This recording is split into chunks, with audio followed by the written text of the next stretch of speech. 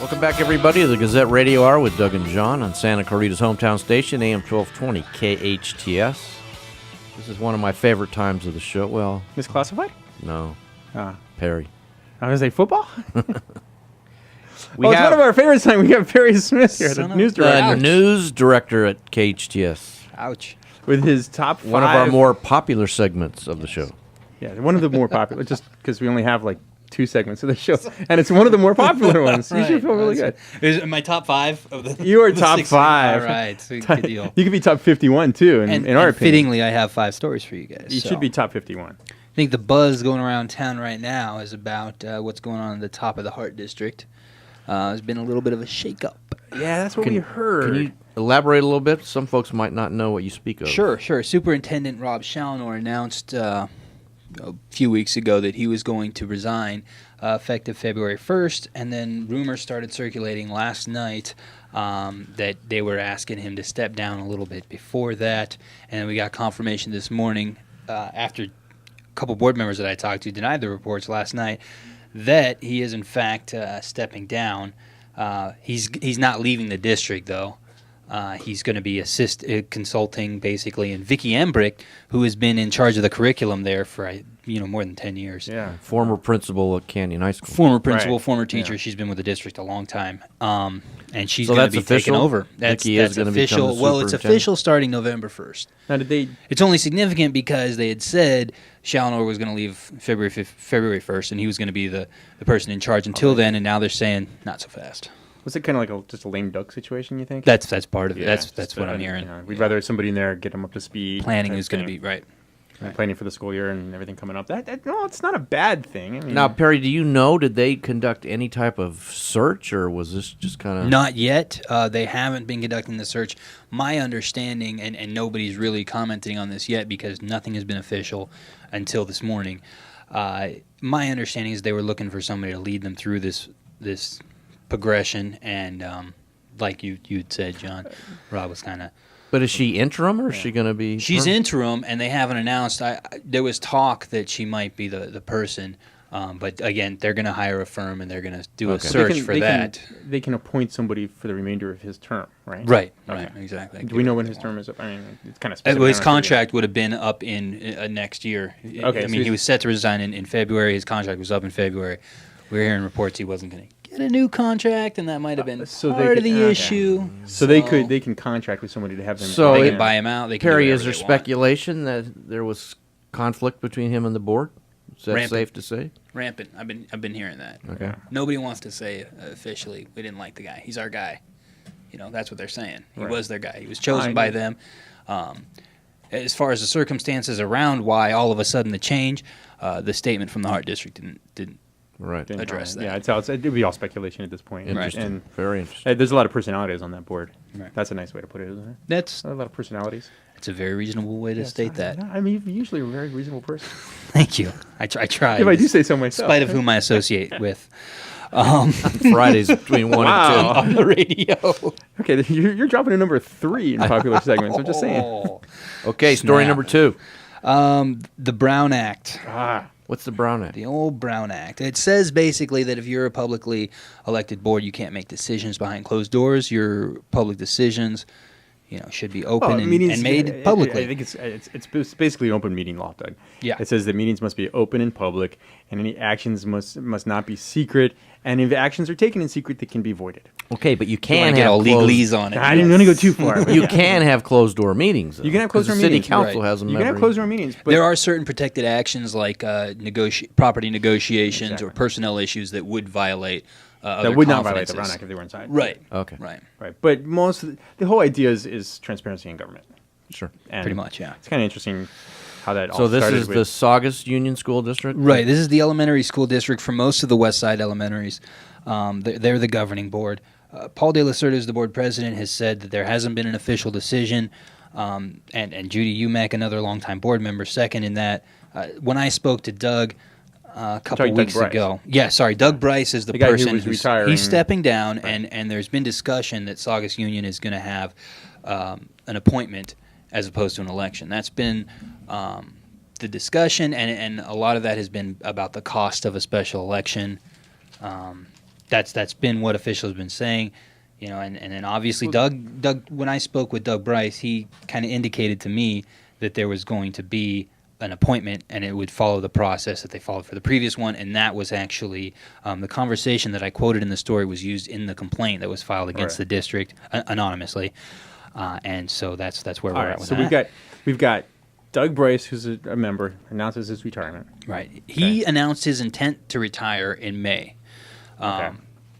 And then he officially said, okay, I'm going to step down at the end of September at the beginning of this month. Why did he wait till the end of September? That's what I don't know. When I asked him about it, he said personal reasons. He said initially I was waiting to sell my house, but when I asked him, a couple weeks ago, have you sold the house yet? He said no.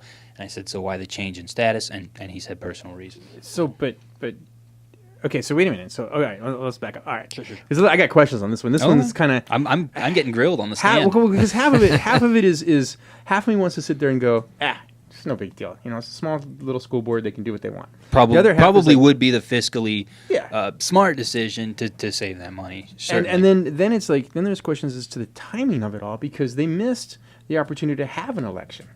Right, and that was I think what prompted the discussion of is this foregone because in August, if they had even notified the county in August that they would like to hold an election, then they could have consolidated that election at a cost of about $84,000. But with the announcement in September, it's obviously you're closing that election for November. You have to have at least 60 days. So all right, stick around. I got more questions. All okay, right. This one bothers me. Your lawyerness is coming out. I know. It's not a bad thing, is it? No, not at all. Okay, good. Thank you, Mr. Shakespeare. All right, you're listening to Gazette Radio with Doug and John on AM 1220 KHTS, Santa Cruz hometown station. We got more messages, right, Peter? Because we're going to be back after these. You do need to know, folks. That's why we're here. We're the Gazette Radio Hour with Doug and John, the Radio Digest version of the Santa Clarita Gazette and Free Classifieds for all you need to know to be in the know. On Santa Clarita's hometown station, AM 1220 KHTS. The news director here at KHTS, Perry Smith, has stayed over. Yeah, because I still have questions of the Brown. So John can get his since my last segment is so popular, right? Yeah, exactly. You've moved up to like 2.5. Don't get cocky. So okay, you have a replacement now. This is really my question. You have a small board, a small elementary school board, basically. Okay, and you have the board saying, something. We got somebody who's retiring. Oh, look, we've got somebody to fill his spot. We should just pick him and move on with it. Right. Okay. And then everybody and their uncle stands up on their head and says, "Oh, violation of the Brown Act. It should have been an open meeting." Right. Really? I mean, come on. Is it kind of nitpicky? You're looking at would the result have been any different if and not to say that they did violate the Brown Act, but just because again it's just an allegation at this point. But let's say they did. Would it be that big of a deal if they did it because they were going to do it anyways and they knew that, right? And I feel like it does take away, if that's the case, then that takes away the discussion out of the public. It takes the opportunity away. There's been issues in the past where the perception has been, you see dozens of people publicly comment on an issue and then a public board goes a different way. You say, well, hey, does my voice even matter? Would it have been, it's like that whole debate, like, does my vote count? It's like, well, if you don't count it, if you don't cast it, it doesn't. If you don't get the discussion, then you're right. Opportunity, yeah. So there was no public discussion on the matter? Well, there hasn't been a formal decision yet, but I think the overwhelming consensus is that it is going to happen, and I think a lot of the brouhaha, if you will, with this guy actually acknowledging what usually goes on is going on. You know what I mean? Which is the fact that these are human beings. I'm sure they talk. I'm not saying a consensus was reached. I'm not saying an official violation took place, but I'm saying I'm sure board members get together and discuss things. Not just Saugus Union. Every board. I'm sure these people know each other and friends. Not to say they're trying to be scofflaws or violate anything, but I just human nature.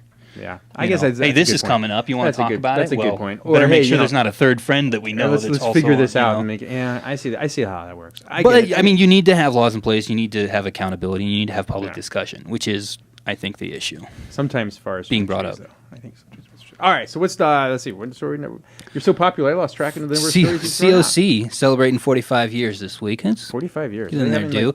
They've been doing job fairs, work source centers, development, active community members, and I hear great things about the classes. So good for them getting it done. I think COC is an excellent school. That's an asset to the community too. Which is the other thing, which is huge. Funny thing, 92% voted in favor of the school back in 1967. So what were the other 8% against higher education? Let's find those people. How do you like us now? 5 years later, nee. Another story I want to talk about was that tragic crash. There's a 26-year-old woman. She was hit by a car crossing the street with a 65-year-old man.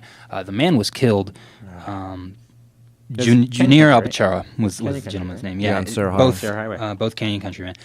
The woman worked for Roland Air, and the company and its employees got together and obviously care about this woman and put together a GoFundMe account. You can get the link to that on Hometown Station.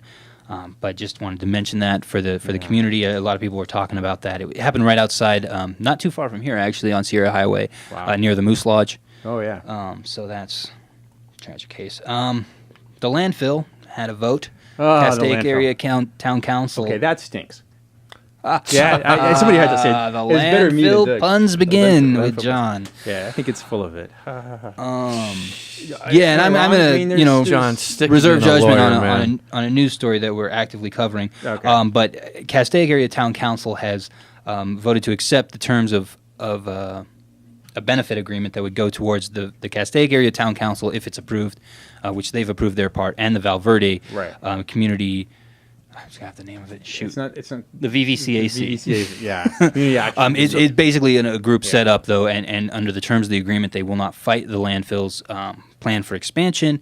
And in return, the landfill will set up, Chiquita Canyon will set up a bunch of community resources for the residents of both areas, scholarship funds, basically just give them some money to support the fact that there is a huge dump. That it's not going to help. It's not going to help. It's not going to But, help. it does have to go somewhere. All of our trash goes to Chiquita Canyon. Right. So. Is it just me? It's just the dump. It is just you. I just grew up in Tucson, Arizona. You just went to the dump. I don't know what that means. This is the dump. What is that? What are you trying to the say? landfill is called the dump. Landfill dump. It's okay. It's the Yeah, same but thing, why right? is it such a big deal? They want to expand. Just put some more trash in there. What's the big deal? Hey, Doug, what's your address? They And can that's one expand it group. to your address. That's one group. I mean, it's the reality Well, of what the Doug's times saying is that I've right, been though. there, I didn't have seen Our any trash has houses to go around somewhere. there. I don't know. All the trash from the Santa Clarita Valley goes there. But I think a lot of people have noted the fact that there are some side effects of living next to a dump or landfill, whatever you want to call it, and that Then don't live by the dump if you don't want to be next to the landfill. right and or the dump. only 20% of the trash that's put there is from the Santa Clarita Valley, That's and a they're big- looking to ramp up that's- their yeah, daily that's- disposals, which is an issue that people have been concerned with. There is going to be that ramp up period gradually because Wait a it would go minute. for another 20 years. They want to make more money. right? yeah, of course. They run a business, right? Hey, actually, here's a better question. See what you're saying, Doug? Is the landfill going to put up digital billboards? No, I do not believe there will be any digital billboards associated with the county's Maybe approval they could of a permit extension. Maybe they could put a billboard by the dump. A digital billboard by the That's dump. a good idea. They get a lot of traffic in and out They of that do. place. just I'd saying. advertise on And a they're billboard there. planning to double the traffic. I don't know if that's Doubling the necessarily traffic. That's a big billboard. All right, I'll this mark is it. stimulating intellectual conversation has to come to an end. we have regressed. We have regrets. Perry, but thanks so much for Thank you. coming with us. Also, Circus Vargas in town. Doug, I know you're a big circus guy. What about the animals? And the clowns. They're Doug. not there have anymore. They don't do clowns. that. Oh, they don't? No, See what I know. It's crazy though. I went last year and they had these kids, this young kid and his parents, who they were all obviously longtime circus performers. They drove these motorbikes into Yeah, a big metal dome. that's and went- crazy. and it was the scariest thing of my life. I That's was just like, oh crazy. my gosh, something's gonna go wrong here. But it didn't. They were You like pros. the clowns, though. Yeah. Not a big clown fan. Not a big clown Not a big clown fan. All right, Perry 'cause I got Smith, big news feet. director at KHTS. Thanks so much. And All right. breaking Thanks for news. having me. Perry Smith doesn't like clowns. Well, film at 11. All right, you're listening to Gazette Radio Hour with Doug and John on AM 1220 KHTS, Santa Clarita's hometown station. Back with sports.